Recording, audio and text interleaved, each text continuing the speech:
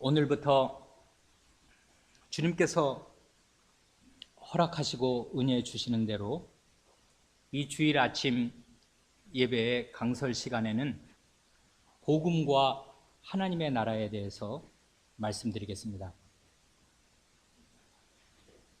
강설의 방법은 핵심 구절들을 간단하게 살피는 방식으로 함께 하나님 말씀을 읽고 그 말씀이 무슨 뜻인가를 생각하는 방식으로 하나님의 말씀을 전하겠습니다. 이렇게 하는 이유는 우리의 복으로 주신 언약의 자녀들이 어렸을 때부터 복음의 말씀을 듣고 구원 얻는 믿음을 입으로 고백하는 데에 이르기를 원하기 때문입니다. 그리고 아직 공적으로 신앙을 고백하지 않은 사람들, 나이 많이 먹고 군대 갈 나이가 되었거나 심지어 군대를 다녀온 나이가 지났는데도 아직 공적으로 신앙을 고백하지 않은 사람들이 우리 가운데 있어서 그 사람들이 하나님의 말씀을 듣고 믿음을 갖도록 하기 위함입니다.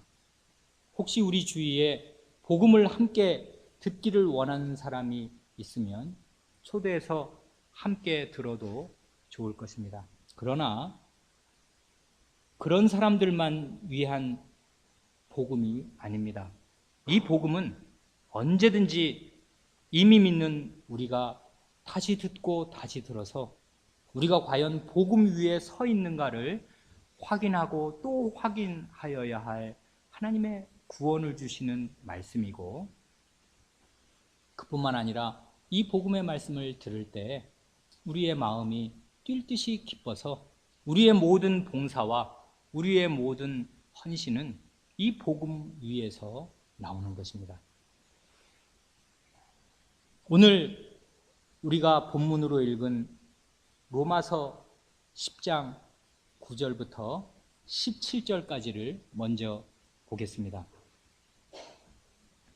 이 말씀을 보면 먼저 9절 10절, 내가 만일 내 입으로 예수를 주로 시인하며 또 하나님께서 그를 죽은 자 가운데서 살리신 것을 내 마음에 믿으면 구원을 얻으리니 사람이 마음으로 믿어 의에 이르고 입으로 시인하여 구원에 이르느니라 합니다.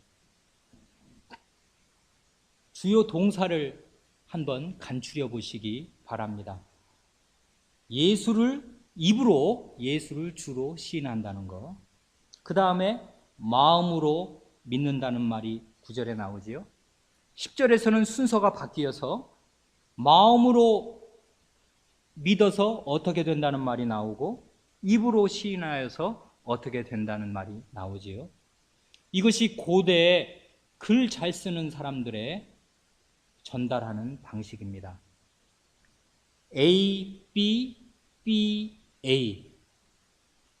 시인, 믿음, 믿음, 시인. 이런 방식으로 놀라운 내용을 진술하고 있습니다. 그렇죠? 여기에 시인한다는 말은 고백한다는 말입니다. 헬라어로는 호몰로게오인데, 호모는 함께라는 뜻이고 게오는 말한다 하는 뜻입니다.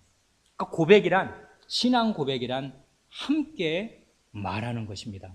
무엇과 함께 말하고 누구와 함께 말하는가 하는 것이 중요한데, 하나님의 말씀과 함께, 하나님과 함께 말하는 것입니다. 어떻게 말하냐면 하나님께서 가르쳐 주신 말씀을 가지고 하나님 앞에서 말하는 것입니다. 이것이 신앙 고백입니다.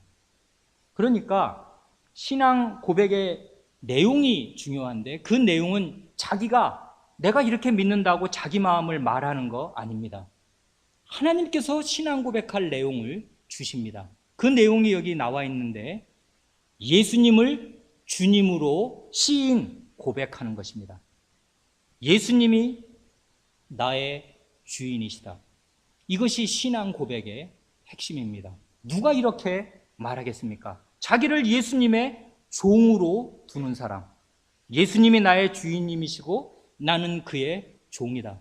이렇게 입으로 고백하는 사람이 구원을 얻을 것입니다.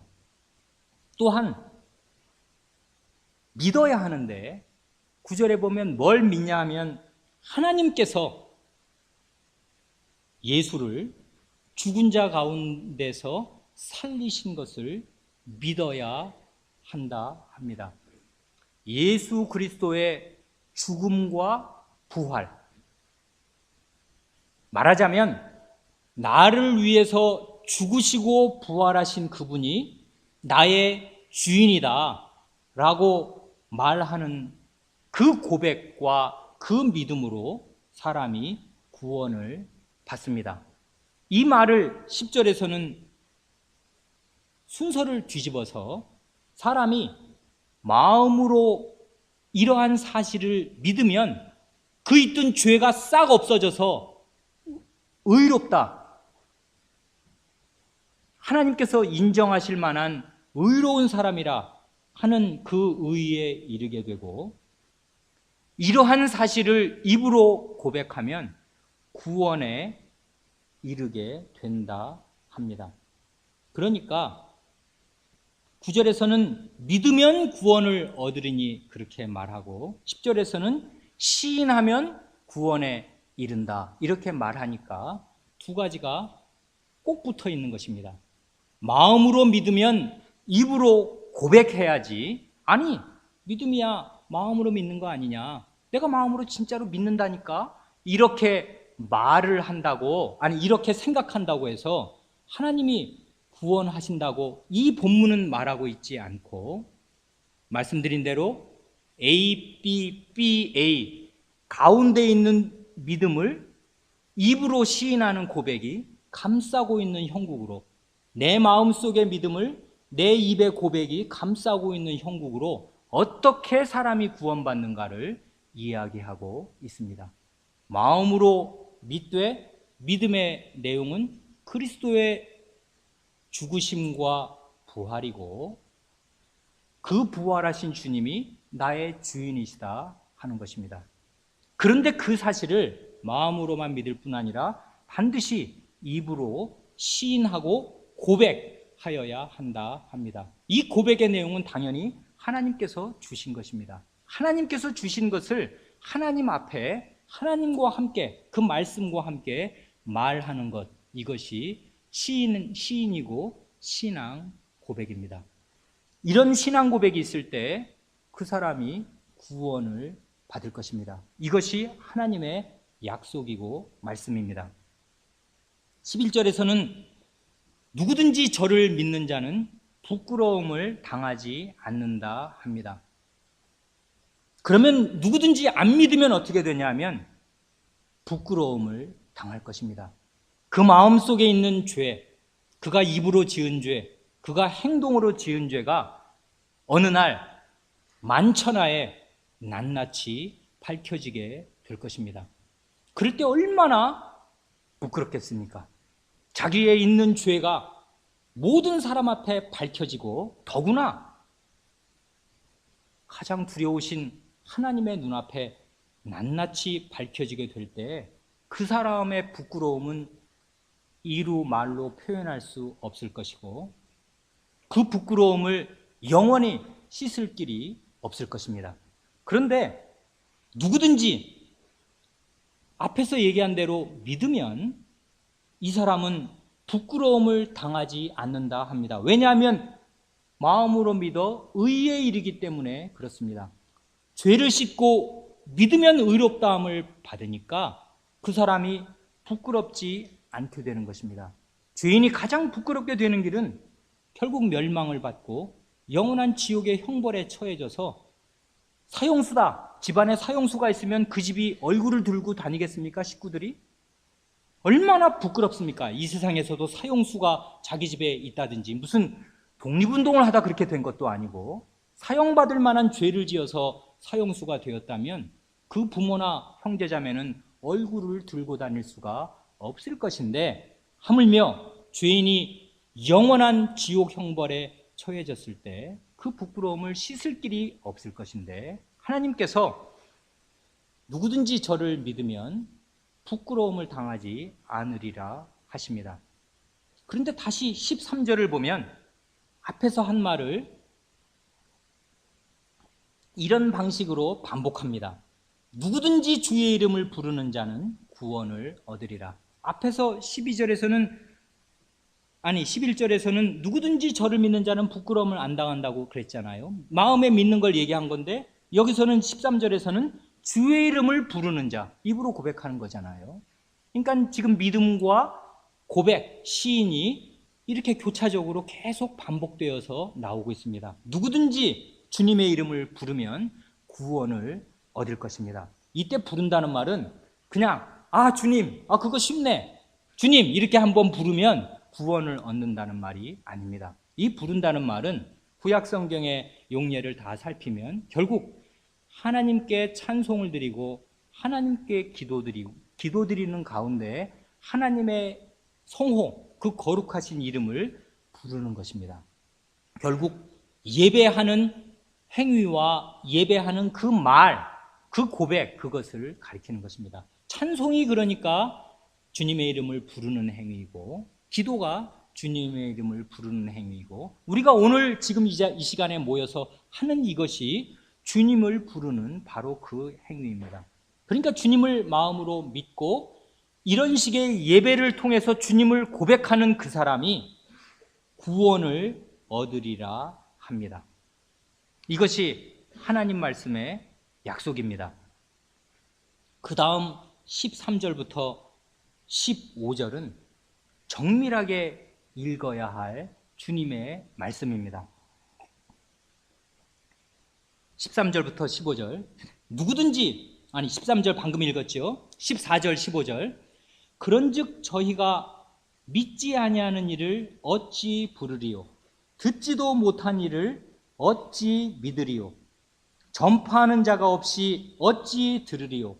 보내심을 받지 아니하였으면 어찌 전파하리요? 기록된 바 아름답도다 좋은 소식을 전하는 자들의 발이여 함과 같으니라. 정교한 몇 가닥의 사슬이 여기에 제시됩니다.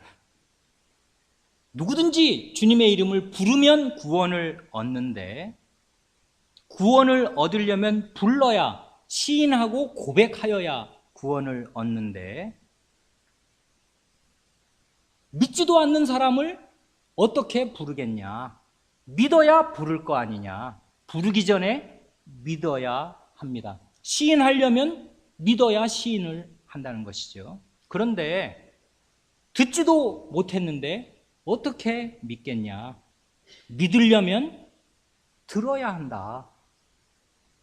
그런데 전파하는 사람이 없는데, 전파하지 않았는데 어떻게 듣냐? 들으려면 전파해야 될 거 아니냐? 특별히 여기에서는 놀랍게 다른 건 다 동사로, 구원을 얻는 거, 부르는 거, 믿는 거, 듣는 거 다 동사지요. 그런데 여기는 전파하는 자, 사람을 딱 제시했습니다. 전파하는 자가 없이 어떻게 듣겠냐? 그런데 그 뒤에 말이, 결정적인 말이 하나 더 있습니다. 보내심을 안 받았는데 어떻게 전파하냐?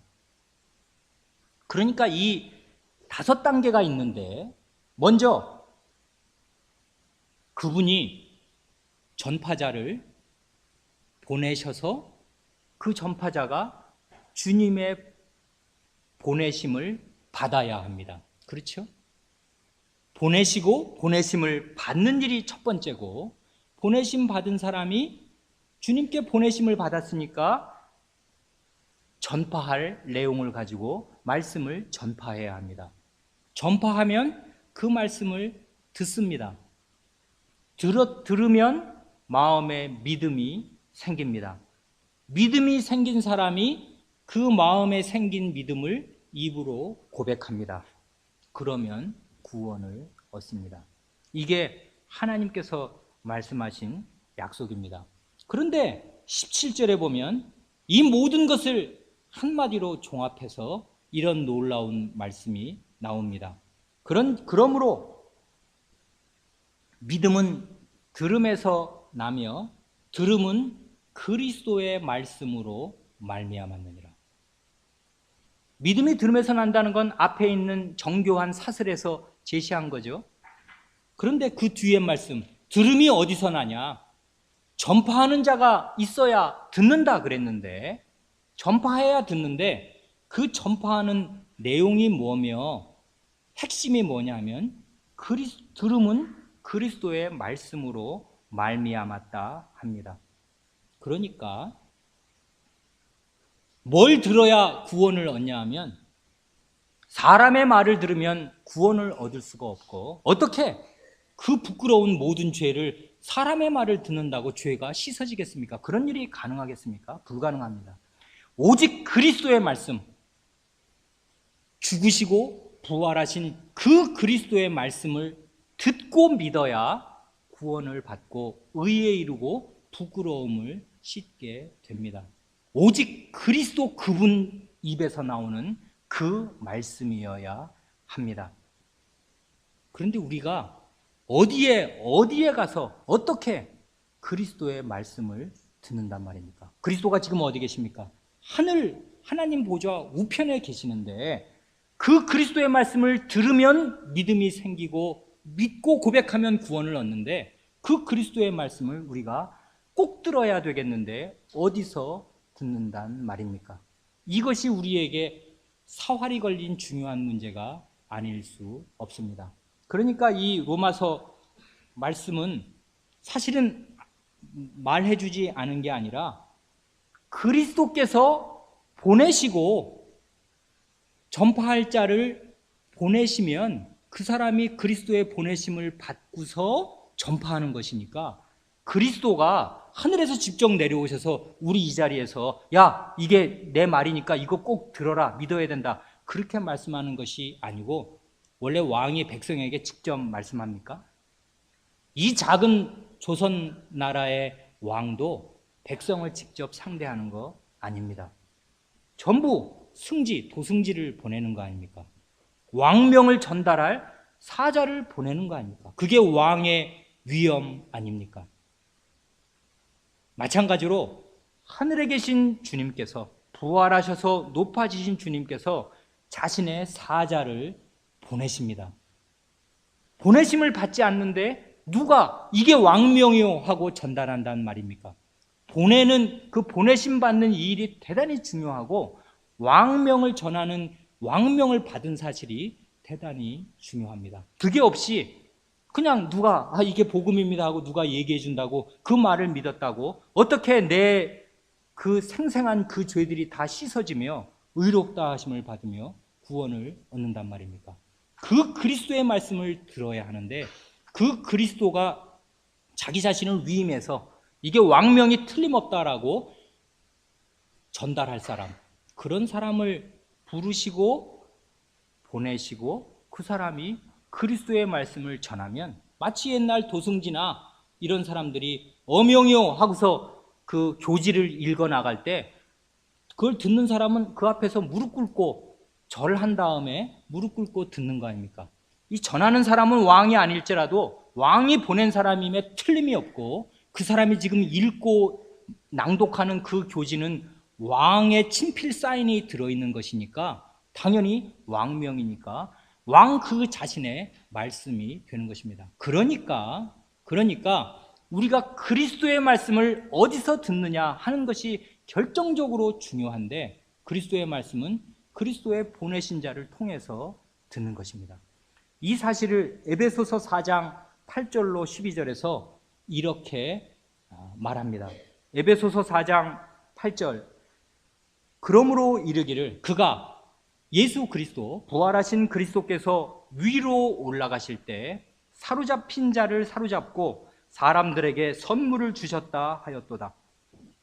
올라가셨다 하였은즉 땅 아래 곳으로 내리셨던 것이 아니면 무엇이냐? 내리셨던 그가 곧 모든 하늘 위에 오르신 자니 이는 만물을 충만케 하려 하심이니라. 그가 혹은 사도로, 혹은 선지자로, 혹은 복음 전하는 자로 주셨으니, 혹은 목사와 교사로 주셨으니 이는 성도를 온전케 하며 봉사의 일을 하게 하며 그리스도의 몸을 세우려 하십니다. 사도 바울이 로마서 10장에서 한 말과 똑같은 말을 바꾸어서 이렇게 표현합니다. 위에 올라가신 분, 하늘 위로 오르신 그리스도께서 사람들에게 선물을 주시는데 그 선물이 뭐냐 하면 사도, 선지자, 복음 전하는 자, 목사, 교사라 합니다. 사도는 보내심 받은 자란 뜻이잖아요. 원래 뜻이 사도란 보내심을 받은 자, 그런 뜻입니다. 보내신다는 것입니다. 왕이 보내십니다.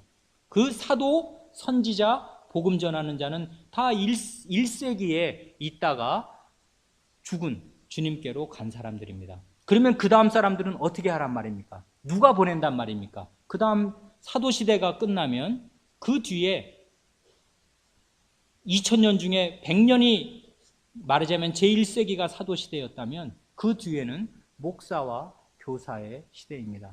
사도들이 전했던 그 똑같은 복음을 목사와 교사에게 맡기셔서 그리스도께서 보내십니다. 그러면 그 사람이 보내심 받은 자로서 이게 왕명입니다 하고 그리스도의 말씀을 전하는 것이고 그 말씀을 믿으면 구원을 얻는 것입니다.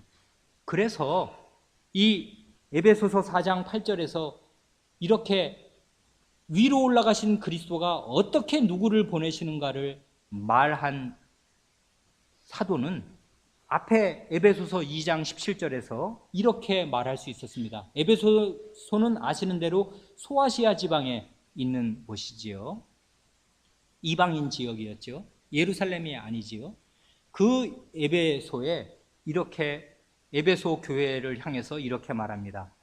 그리스도께서 또 오셔서 먼 데 있는 너희에게 평안을 전하고 가까운 데 있는 자들에게 평안을 전하셨으니, 가까운 데 있는 자는 가까운 데 먼 데, 이 지금 지역적인 구분은 예루살렘을 기준으로 하시는 말씀이니까 예루살렘에 있는 사람들은 지금 가까운 데 있는 사람들이고 예루살렘으로부터 먼 이 에베소 몇백 킬로를 가야 하니까 이곳에 있는 사람들은 먼 사람들인데 중요한 것은 하늘에 올라가신 그리스도께서 오셔서 너희에게 샬롬, 평안하라, 평안의 복음을 전하고 가까이에 있는 자들에게도 평안을 전했다. 이렇게 바울 사도가 이야기하시는 것입니다. 언제? 하늘에 올라가신 그리스도께서 에베소에 나타나서 복음을 전하고 평안을 전하셨다 그 말입니까? 죄인에게는 평안이 없는 것이고 부끄러움이 있는 자에게는 평안이 없는 것인데 죄가 다 씻어지는 이 평안의 복음을 그리스도께서 언제 오셔서 전하셨다 그 말입니까? 에베소에 복음을 전한 사람은 사도 자신입니다. 바울 사도 자신이 에베소에 복음을 전했습니다. 그런데 사도는 내가 전했지 않냐, 너희들 다 들었지 않냐 이렇게 말하는 것이 아니라 그리스도께서 오셔서 너희에게 평안을 전했다 하시고 가까이에 있는 예루살렘에서도 그리스도께서 평안을 전하셨다 하십니다. 어떻게 이렇게 말하는 것입니까? 아까 4장에서 높아지신 그리스도께서 지금 어떤 방식으로 자기의 말을 백성에게 전달하는 방식을 말하기 때문에 그런 기초 위에서 이렇게 말하는 것입니다. 그러니까 이 사실을 굳게 믿는 것이 대단히 중요합니다. 교회에 나와서 강설을 듣는 것은 어느 목사가 설교 잘하나 못하나 참 말 듣기 좋네, 설교 잘하네, 그 말을 들으러 오는 사람은 결코 구원을 얻지 못할 것입니다. 그리스도의 말씀이 아니면 누가 설교를 듣고 사람의 설교, 멋진 설교를 듣고 어떻게 구원을 얻는단 말입니까? 그리스도의 말씀이어야 구원을 얻고 내 죄가 씻어질 거 아닙니까? 그런데 그 그리스도의 말씀을 어떻게 듣겠습니까? 그리스도께서 보내신 목사, 그 사람이 그리스도의 사자니까 그 사람이 말씀을 전할 때 그리스도께서 오시는 것입니다. 그 사람이 전하는 왕명이야말로 그리스도의 말씀이고 그 그리스도의 말씀을 믿을 때 구원을 얻을 것입니다. 그러니까 이런 방식, 어떻게 오늘날 우리가 그리스도의 말씀을 들을 것인가?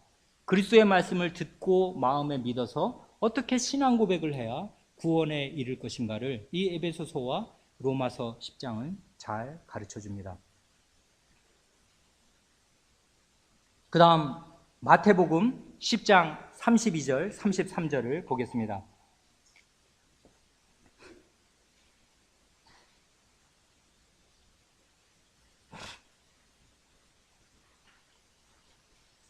마태복음 10장 32, 33절에서는 누구든지 사람 앞에서 나를 시인하면 나도 하늘에 계신 내 아버지 앞에서 저를 시인할 것이요, 누구든지 사람 앞에서 나를 부인하면 나도 하늘에 계신 내 아버지 앞에서 저를 부인하리라 하십니다. 시인, 시인, 부인, 부인 두 번씩 나옵니다. 이 말이 얼마나 중요한 말이겠습니까? 이 시인이라는 말이 바로 호몰로게요, 고백한다 그 말입니다. 누구든지, 이건 그리스도의 말씀이니까 사람들 앞에서 나를 고백하면 나도 하늘에 계신 내 아버지 앞에서 그 사람을 고백할 것이다. 그런데 누구든지 사람 앞에서 나를 부인하면은 난 저 사람 모르는데요, 저분하고 나는 별 상관이 없는데요, 전혀 모르는 일인데요, 이렇게 예수님하고 관계가 없다고 딱 잡아 떼고 부인하면 나도 하늘에 계신 내 아버지 앞에서 저를 모른다고 부인하겠다 말씀하십니다. 여기에 이 고백의 성격은 예수님을 믿는 사람들에게 적대적인 이 세상 사람들 앞에서, 그런 세상 속에서 예수님을 고백하는 것을 가리킵니다. 우리가 지금 이번 주에 마태복음 10장을 읽었잖아요. 10장을 읽으면 앞뒤 내용이 제자들을 보내시면서 지금 하시는 말씀이니까 앞뒤 내용이 나옵니다. 보라, 내가 너희를 보냄이 양을 이리 가운데 보내는 것과 같도다. 양이 이리 가운데로 가면 어떻게 되겠습니까? 호랑이 아가리에 머리를 집어넣는 것과 똑같지요. 백전백패지요. 제자들을 지금 보내시면서 주님께서 이 내 제자들이, 사도들, 보내심을 받은 자들이 보내심을 받아서 어디로 가는가를 주님이 보실 때 그 형국이 양들이 이리떼 속으로 들어가는 것과 똑같다 하십니다.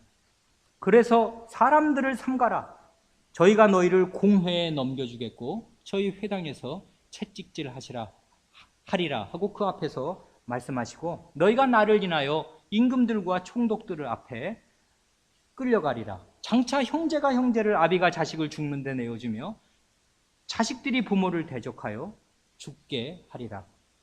또 너희가 내 이름을 인하여 모든 사람에게 미움을 받을 것이니, 제자가 스승보다, 종이 상전보다 높지 못하니 제자가 선생 같고 종이 상전 같으면 그러면 족할 텐데, 집주인인 나를 가리켜 바알세불이라, 귀신의 왕이라 하였는데 하물며 그 집에 속한 너희들한테 너희들이 무슨 좋은 대우를 받겠느냐 하시면서 지금 이 말씀을 하시는 것입니다.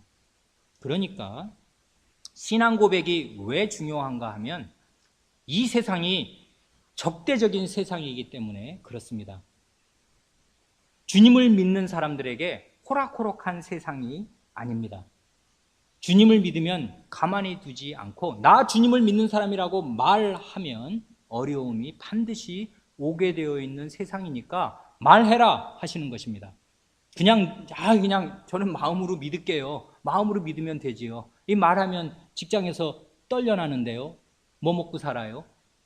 이렇게 하고 마음으로 믿으면 믿음을 인정해 주세요, 그렇게 말씀하시는 것이 아니고, 그래? 사람들 앞에서 나를 부인해? 그러면 나도 내 아버지 앞에서, 하늘에 계신 내 아버지 앞에서 너희를 부인하리라 하는 이 겁나는 위협의 말씀을 붙이시면서 이 적대적인 세상 앞에서 나를 고백해라 하십니다. 이것이 주님의 명령입니다. 우리는 베드로의 부인에 대해서 알고 있습니다. 바로 몇 시간 전까지 예수님이 잡히시던 그 밤에 주여 내가 주와 함께 오게도 죽는데도 가기를 준비하였나이다 그랬습니다. 그리고 실제로 그 말이 허사가 아니었던 것이 예수님을 잡으러 오는 사람들 향해서 칼을 휘둘러서 죽기 살기로 한번 싸워보려고도 했습니다. 귀를 잘랐습니다. 그러니까 한번 일대 피바람이 그 동산에서 불 뻔하였습니다. 이 사람들이 그냥 잡으러 온 거 아니고 검과 몽치를 들고 잡으러 온 것이고, 이 사람이 칼을 들고 휘둘러서 사람의 귀를 자르는 판국이니까 귀 잘린 사람이 가만히 있으며 그 옆에 사람들이 가만히 있겠습니까? 한번 피바람이 불 뻔하였는데, 그렇게 사나이의 기계를 한번 보여준 베드로가 몇 시간이 지나지 않아서 어떻게 주님을 3번이나 모든 사람 앞에서 저주를 곁들여가며 부인했는가 하는 것을 우리가 다 압니다. 베드로는 세상이 얼마나 무서운 세상인지도 잘 몰랐고, 자기 자신이 얼마나 바람 앞에 갈대와 같은 약한 존재인지도 잘 몰랐습니다. 그러니까 호언장담을 하였습니다. 이 적대적인 세상 앞에서 신앙을 고백하고 산다는 것이 결코 쉬운 일이 아닙니다. 우리는 베드로를 볼 때 그 사실을 유념하지 않을 수가 없습니다. 우리가 이 안 믿는 세상 앞에서, 안 믿는 회사에서 내 믿음을 고백하고 산다는 것이 얼마나 어려운 일입니까?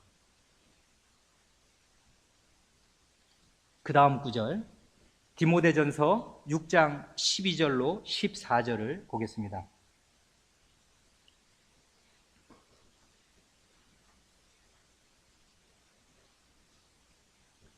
디모데전서 6장 12절로 14절입니다. 이건 디모데전서니까 바울 사도가 복음 전하는 자로 세운 디모데, 이분은 그러니까 목사 위에 있는 분이죠. 목사를 세우는 분이에요. 복음 전하는 자. 여러 지역을 다니면서 한 지역에 머물러서 목회를 하기도 하고, 또는 다른 지역에 사도가 보내면 그 지역으로 가서 그 지역에 목사를 세우기도 하는 그런 분입니다. 그런 디모데에게 바울 사도가 이렇게 말합니다. 여기도 고백이라는 말이 나오기 때문에 보는 것입니다. 12절로 14절, 믿음의 선한 싸움을 싸우라. 영생을 취하라. 이를 위하여 내가 부르심을 입었고 많은 증인 앞에서 선한 증거를 증거하였도다. 만물을 살게 하신 하나님 앞과 본디오 빌라도를 향하여 선한 증거로 증거하신 그리스도 예수 앞에서 내가 너를 명하노니, 우리 주 예수 그리스도 나타나실 때까지 점도 없고 책망받을 것도 없이 이 명령을 지키라. 여기 보면 12절의 뒷부분 맨 마지막에 내가 많은 증인 앞에서 선한 증거를 증거하였도다 하는데, 이 말이 바로, 이 증거라는 말이 바로 고백입니다. 그러니까 이 말을 원래 그대로 번역한다면 내가 많은 증인 앞에서 선한 고백을 고백하였도다 하는 말이 됩니다. 많은 증인들, 어떤 증인이냐면 이미 이 디모데가 고백하기 전에 그리스도를 주로 고백한 많은 주님의 증인들이 지금 디모데 앞에 있습니다. 많은 증인들 앞에서, 곧 교회 앞에서 이미 신앙을 고백한 사람들 앞에서 내가 선한 고백을 고백하였다 합니다.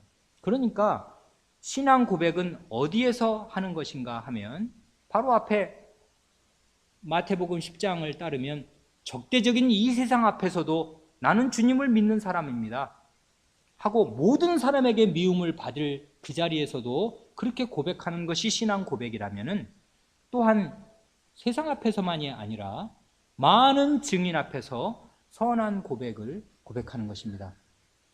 저 고백의 의미를 제대로 아는 사람들, 이미 그 고백을 한 사람들 앞에서 선한 고백을 하는 것입니다. 곧 신앙 고백은 또한 적대적인 세상 앞에서뿐 아니라 주님의 교회 앞에서, 주님의 많은 증인들 앞에서 하는 것입니다. 여기에 믿음의 선한 싸움과, 이렇게 고백한 사람은 곧 믿음으로 이제 싸울 일이, 근데 그 싸우는 게 주먹 다짐을 하는 싸움이 아니고 칼 들고 남의 귀를 자르는 싸움이 아니잖아요. 그런 건 대단히 무력한 일이란 말이에요. 그 다음 몇 시간을 못 견디는 아주 연약한 거란 말이에요. 그런 싸움이 아니라 선한 싸움입니다. 믿음을 지켜내는 싸움, 이 싸움을 싸우게 될 것이고, 이러한 것과 영생을 얻는 것과 선한 고백을 하는 것이 다 연결되어 있습니다. 이 일을 위해서 부르심을 받았다고 합니다. 내가 선한 고백을 하고 이 고백을 지키기 위해서, 믿음을 지키기 위해서 선한 싸움을 싸우고 그럼으로써 영생을 얻는, 이걸 위해서 네가 부르심을 받았지 않냐. 그런데 13절에서는 주님을 모델로, 모범으로 제시합니다.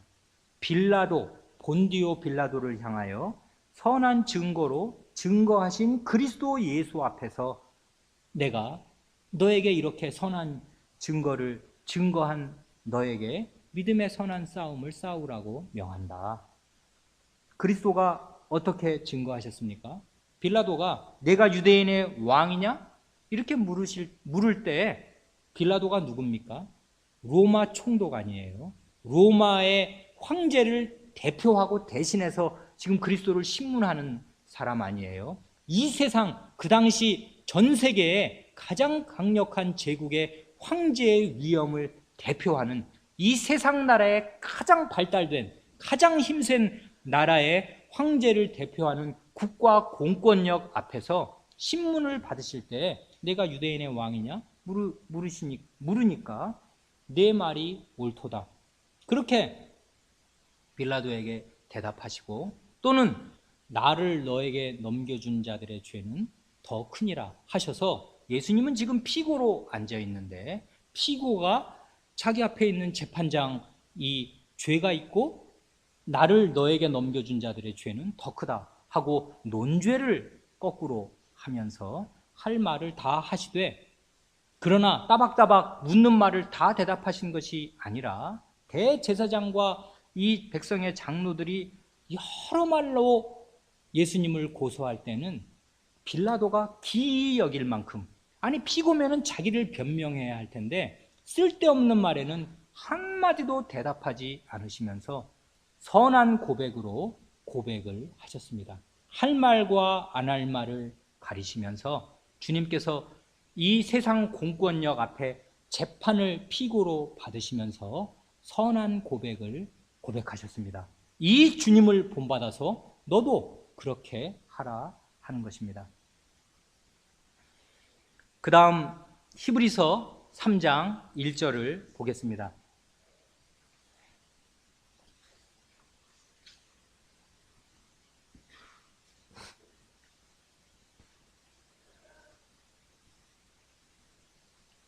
히브리서 3장 1절. 그러므로 함께 하늘의 부르심을 입은 거룩한 형제들아, 우리 믿는 도리의 사도시며 대제사장이신 예수를 깊이 생각하라. 간단한 말씀인데, 요지는 사도이시고 대제사장이신 예수님을 깊이 생각하라는 것입니다. 그러니까 여기 보면 예수님이 사도고 대제사장입니다. 사도는 보내심을 받은 사람 아니에요. 예수님이 사도신데 하나님이 예수님을 보내셨잖아요. 그러니까 예수님은 하나님의 사도시면서 또한 대제사장이십니다. 그런데 이 예수님을 어떻게 소개하냐면, 예수님께서 어떤 사도이시며 어떤 대제사장이신가 하면 우리 믿는 도리의 사도시며 그랬는데, 이 말은 해석을 해서 이렇게 번역한 것이고요. 원래 그대로 따르면 우리 고백의 사도이시며 대제사장이신 예수를 깊이 생각하라 하는 것입니다. 우리가 고백하는 우리의 신앙 고백의 사도이시며 제사장이신, 대제사장이신 예수를 그렇게 생각하라 하는 것입니다. 너희가 지금 예수를 누구로 고백하냐? 너희가 고백하는 그 예수가 누구냐 하면 보내심을 받은 자, 사도이시고 누가 예수님을 보내셨단 말입니까? 당연히 하나님께서 예수님을 보내셨습니다. 그러니까 이 믿음 또 고백의 핵심 내용이 뭐냐면 하나님께서 예수님을 보내셨다는 사실을 믿는 것이고 그렇게 고백하는 것입니다. 이 고백 속에 그러니까 예수가 누군가가 들어있고 하나님이 누구신가가 들어있는 것이죠. 하나님이 그 예수님을 보내셨다. 그게 사도라는 말이고 뭐로 보내셨냐면 대제사장으로 보내셨다 하는 말이니까요. 그래서 요한복음을 보면 이 요한복음에는 예수님이 하나님께서 예수님을 보내셨다. 예수님이 하나님의 보내심을 받으셨다. 이 히브리서의 용어로 표현하면 예수가 곧 하나님의 사도다 하는 말이 40번 가까이 나옵니다. 요한복음 21장까지 있죠. 한 장에 2번 꼴로 내가 그냥 온 게 아니다. 내 뜻대로 온 게 아니고 하나님이 나를 보내셨다. 이런 말이 나옵니다. 예수님이 제자들에게 꼭 받아내고 싶고 제자들이 이르러야 할 그 핵심적인 믿음의 내용이 뭐냐면 나를 하나님이 보내셨다는 사실, 내가 하나님의 사도라는 사실, 그걸 너희들이 믿어야 하고 이 세상이 믿어야 구원을 받는다. 그렇게 예수님께서 자기가 하나님의 보내심을 받으셨다는 사실을 강조해서 말씀하셨습니다. 요한복음 10장 25절에 의로우신 아버지여 세상이 아버지를 알지 못하여도 나는 아버지를 알았사옵고 저희도 내가 지금 기도하고 있는 이 제자들도 아버지께서 나를 보내신 줄 알았사옵나이다.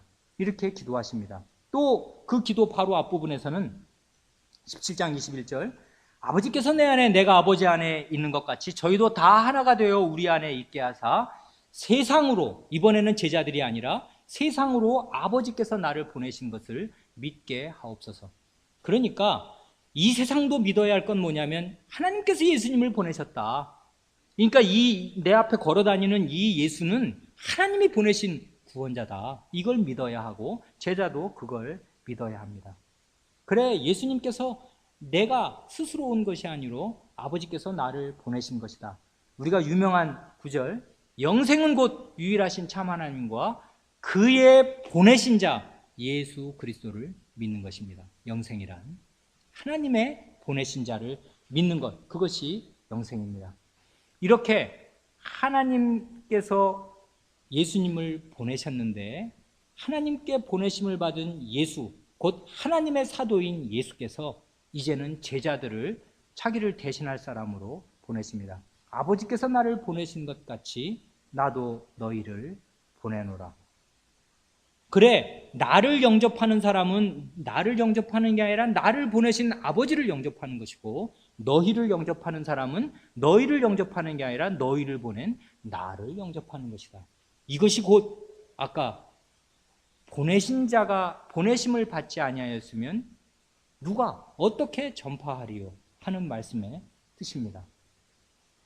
그러니까 이 예수님을 하나님이 보내셨다 이렇게 고백하는 그 고백의 사도시며 대제사장이신데 누구한테 고백한단 말입니까? 하나님께 고백하는 것이죠. 하나님이 예수님을 보내셨습니다. 하나님 감사합니다. 저분을 우리의 대제사장으로 보내셨습니다. 이런 고백이 신앙 고백이고 제대로 된 고백입니다. 정리합니다. 신앙 고백을 바르게 해야 구원을 받고 부끄러움을 씻고 의에 이루고 죄 용서함을 받는데 신앙 고백은 어디에서 하냐 하면 하나님 앞에서 하나님의 말씀을 따라 하나님께 하는 것이고 또한 함께 신앙을 고백한 나보다 먼저 고백한 사람들이 있는 많은 증인 앞에서 교회 앞에서 하는 것이고 동시에 적대적인 이 세상 앞에서 나는 그리스도를 믿는 사람이다. 나는 그리스도를 믿는다. 모든 사람의 미움을 받고 재판정 앞에 그 일 때문에 서는 한이 있어도 이 세상 앞에 신앙을 고백하는 것입니다. 이런 신앙을 고백하는 사람이 구원을 얻고 의롭다함을 얻을 것입니다. 기도하겠습니다.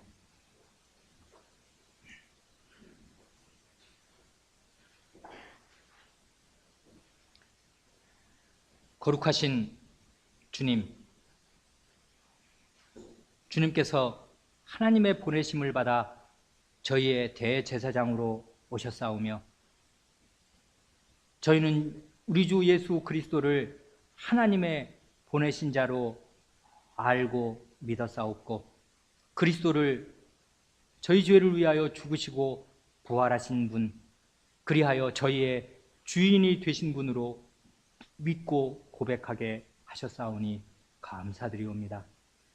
주님, 저희가 이 고백에 충실하게 살 수 있도록 저희를 붙드시옵소서. 이 고백과 어울리지 않는 마음과 이 고백에 반하는 말과 행동을 하지 않도록 저희의 마음과 입술과 저희의 손발을 지켜주시옵소서. 특별히 먹고 살기 힘든 이 세상 앞에서 이 믿음과 반하는 부끄러운 일을 하지 않도록 저희를 붙드시옵소서. 또한 저희 가운데 마땅히 신앙 고백을 하여야 할 때가 되었으나 여전히 입으로 고백하기에 이르지 못한 저희의 자녀들을 불쌍히 여기시고 참된 신앙 고백에 이르러 구원 얻는 자임을 교회 앞에, 하나님 앞에, 이 세상 앞에 분명히 나타낼 수 있도록 은혜를 베풀어 주시옵소서. 우리 구주 예수님의 이름으로 기도하옵니다. 아멘.